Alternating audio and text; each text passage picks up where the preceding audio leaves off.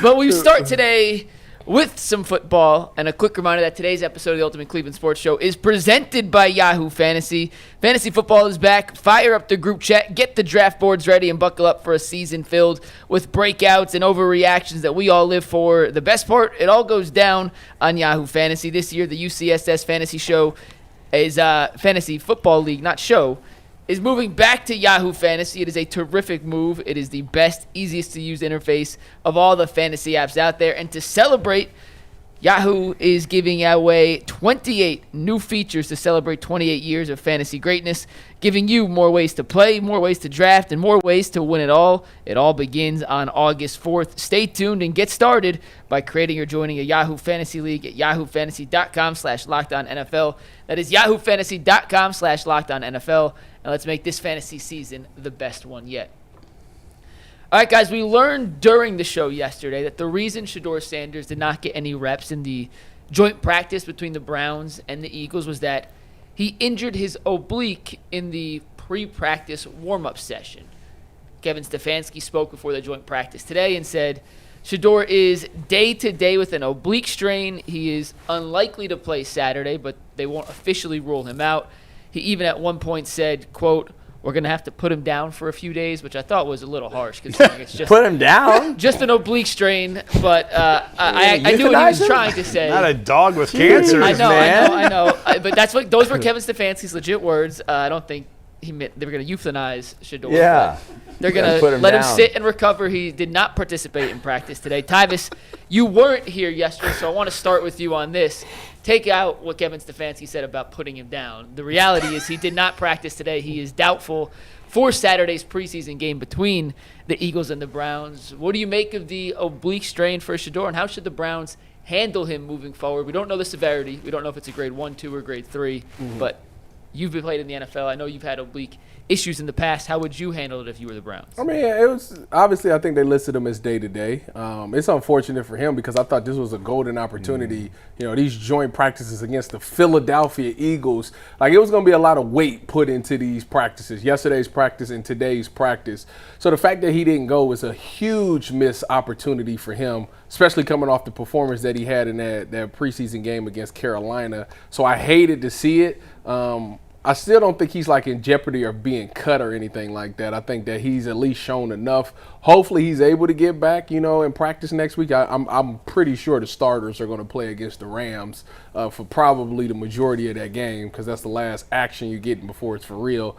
But I hope that he's able to at least take next week's practice to get some reps in there and showcase like, all right, I'm still good mentally. Hopefully right now while he's out in these joint practices, maybe he needs to stand behind the starting quarterback and just go through your things, go through your mechanics, be on camera showing like my eyes is going to where it's supposed to go. I'm calling out things pre-snap because those are the things that they had to knock on him about in the beginning anyways. So show that you've learned the game, you learned the playbook, you can handle everything because that's all you can do right now while you nurse this oblique injury. As far as the rest of the players go, hopefully Dylan Gabriel is able to go in this game because, like I said, I don't know how much he's going to go next week. So I hope he is able to go in this game and show us a performance, and hopefully we can get a nice little peg in order. And the Kenny Pickett thing, it seems like he's not likely to play this week. So next week after Joe Flacco and his starters come out, or maybe he even takes some reps with the ones. But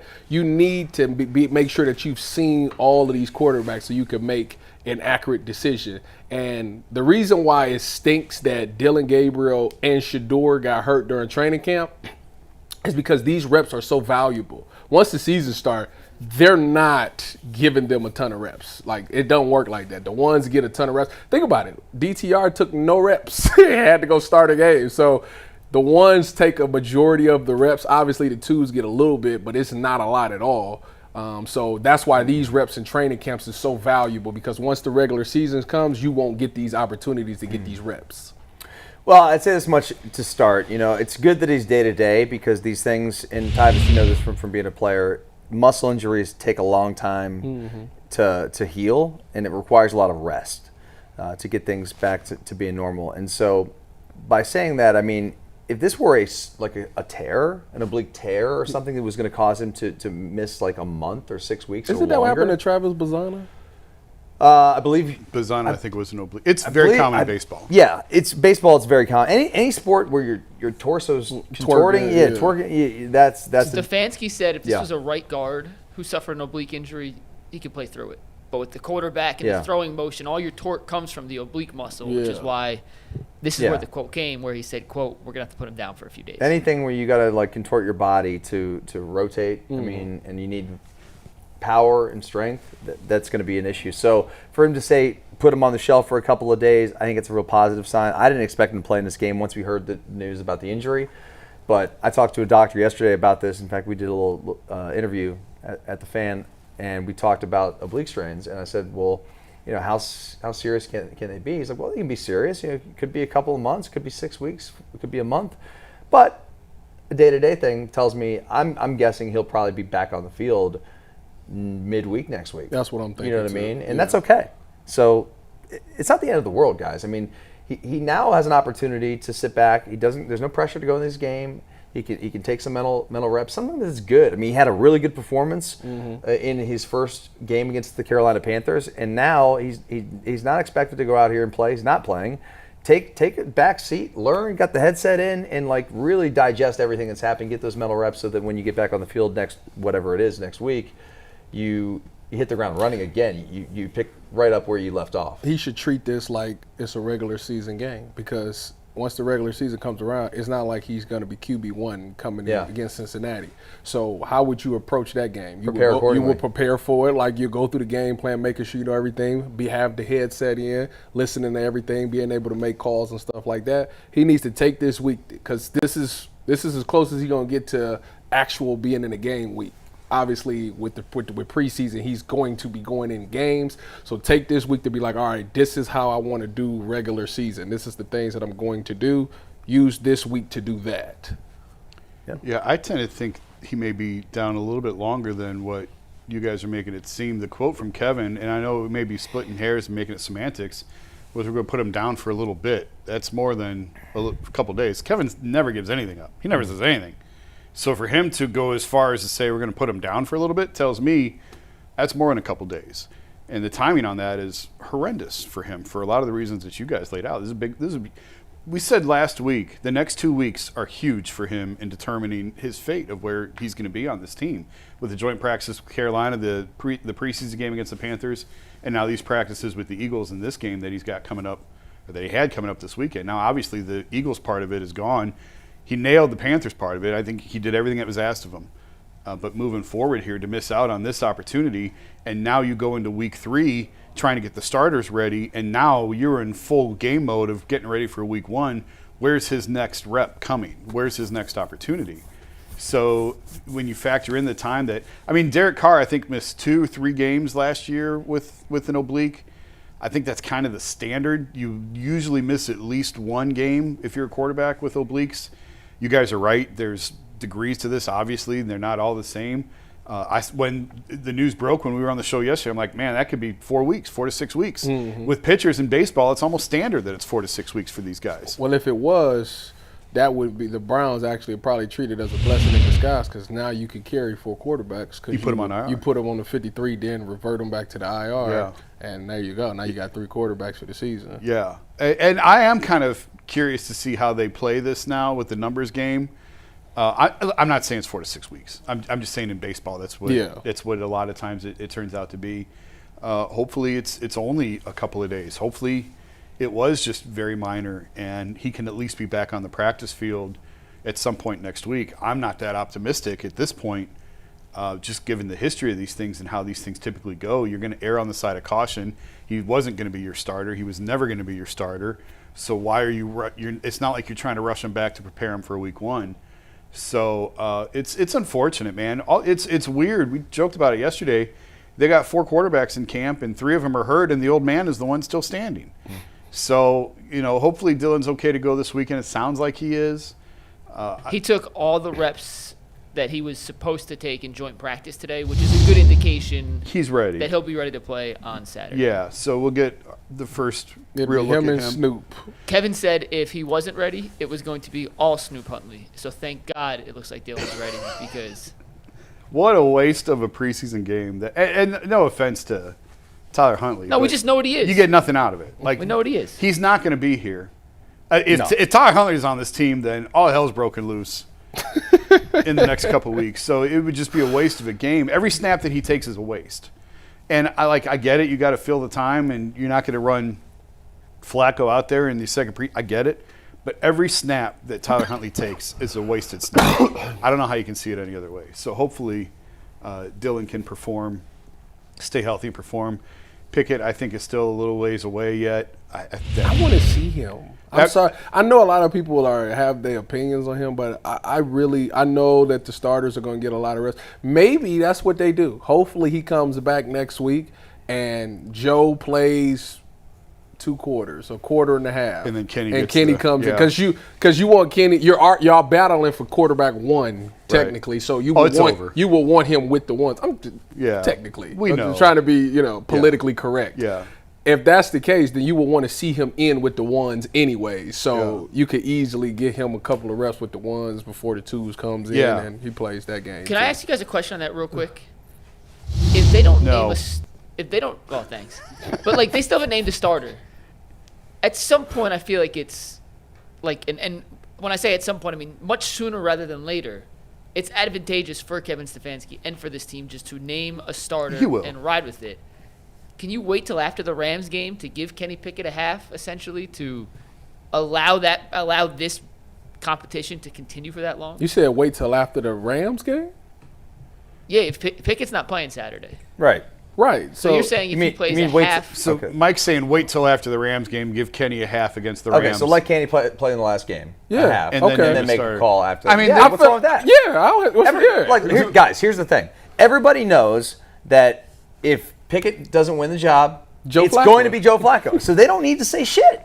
It's going to be Flacco. Yeah. Most likely, it's going to be Flacco unless Pickett goes out there and is sensational. Unless Joe gets hurt. Or that. Unless Joe that's the only thing at this point. Kenny's missed enough reps and time. And listen, I was the one that said all along I thought Kenny was going to be the starter. And had he been healthy the whole time, I'd be curious to see how that thing played out. But he got hurt so early and missed just enough of the 11-on-11s and some of the stuff that they were doing. I don't know how it can be anybody but Joe at this point. Are you okay with rookie backups? Remember we had made a big thing about Josh Dobb and DTR when they traded Josh, and we went through that season and DTR ended up playing. Are you comfortable with Dillon Gabriel and Shedeur as the only options if Joe Flacco got hurt? Well, I don't know what choice you have. So there's 2 different conversations. No, because this is where the 4 quarterback thing comes right. from. It depends on what team you are. Yeah, but dude, we're not the Chiefs. The Chiefs aren't going to have a rookie backing up Mahomes. There's no chance. But I think what you're referring to was they proactively traded Dobbs for a late pick, whatever it was. Yeah. And they willingly went into the season with the rookie as the backup. And then Deshaun goes down, and then you have to throw Dorian in before he's ready.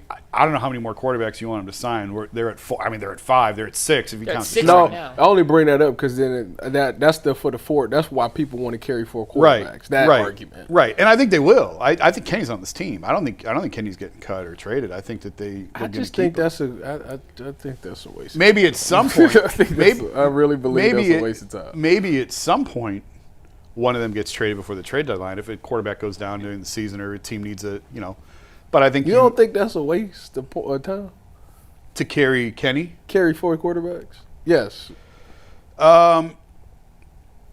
When right after the draft, I thought Joe was the odd man out. I said that. Yeah. I said I thought Kenny would be the starter. Mm-hmm. They'd carry 2 rookies, and Joe would be the odd man out. I think because of I think they'd be very comfortable. I know they'd be very comfortable with Dillon in there right now, taking snaps in an NFL game. I know people don't want to hear that. I know it blows people's minds. I'm not saying I agree with it, endorse it. I haven't seen enough of the practice. I'm not an NFL scout. I'm telling you what they think. I'm glad you made sure you put that out there that you don't endorse it. This is not – don't shoot the messenger. This is not my opinion. This is how they see it. This is what they think. They'd be very comfortable putting Dillon Gabriel in an NFL game. So I think they would be comfortable. And so if that's the case, then you don't need to carry 4. And maybe they do get rid of Kenny at that point. Maybe they do. But I just think right now it is such – and listen, I'm the one that said all along they're not trying to win. But it is such a long season. It does feel like a risk to go with a 40-year-old quarterback who could go down at any moment. and then have 2 rookies, and you got to make it through 17 weeks with that. Like, whew, that's a long, long grind. If he goes down in week 2 or week 3, and then what? And Dylan's in over his head, then what? Let me say this, guys. I don't think that Pickett has any chance of being released from this team. I don't think that they would get anything for him to try and trade him anyway. So, like, I think he'll be here. Yeah. And the main reason being that they traded for him.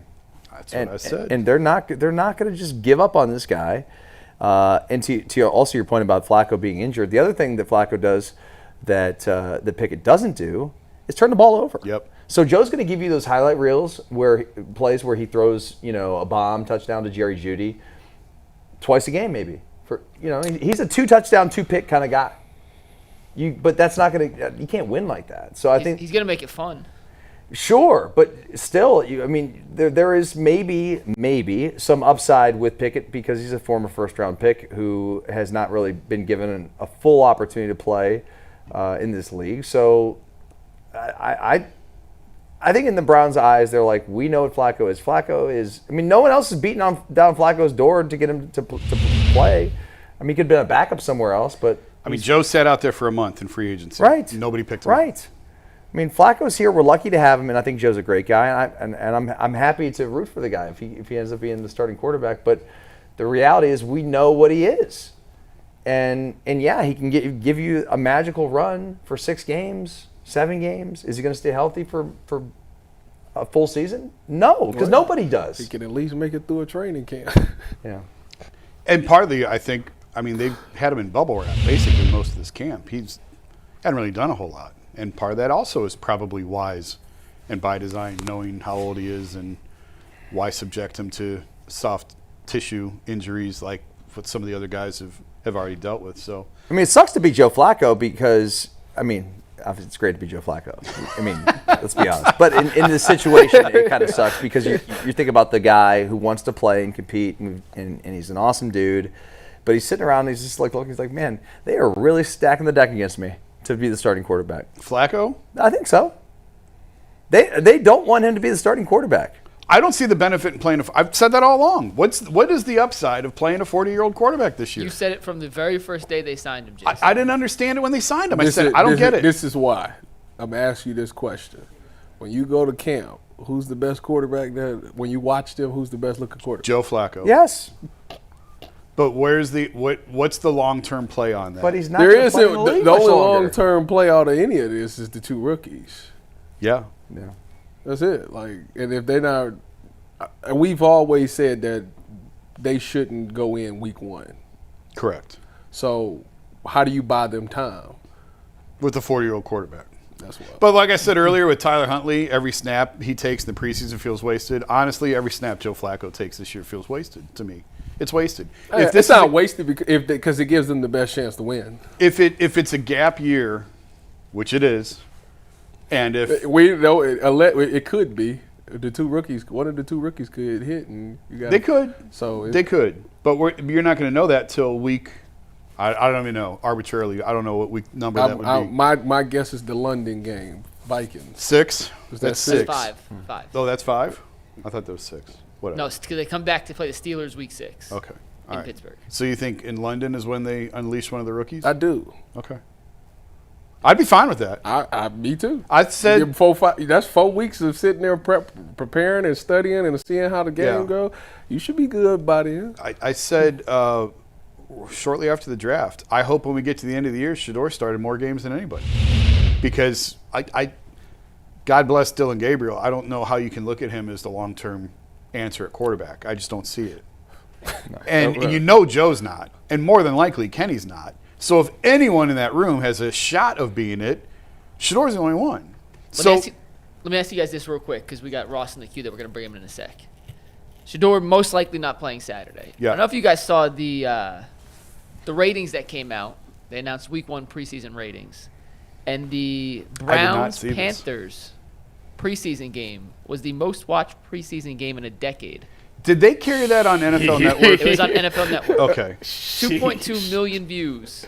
Because I watch it just locally. What was just out of curiosity? What was number 2? I just saw Yahoo Graphics saying it was the most watched preseason game in a decade on the NFL Network. Dang, I wish. So if they did 2.2 mil with Shedeur's debut, what numbers did the Gabriel Lights and the Huntley Hyde 0.2 pulling in? You know Saturday? what? 2.2 is $1 million more than Taylor Swift and Travis Kelce pulled yesterday. Well, they're like at 9 million right now. So Well, that was 1.3 live. Yeah. I think was that where It's a it big peaked? number. that's ridiculous. Did it peak I at didn't one? check it out. I'll be honest, I That's didn't check it after. I ridiculous. Was there texted any her. breaking news on there? Her album Her cover. album?